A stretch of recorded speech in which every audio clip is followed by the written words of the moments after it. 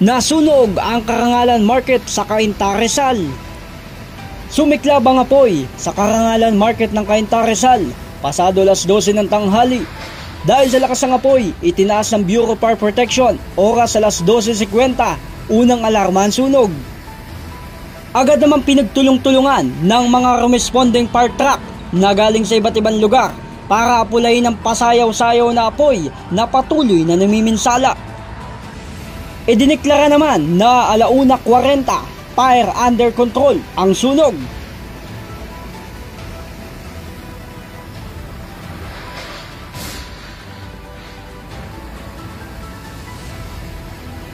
J. Martin, JKRS News and Public Affairs.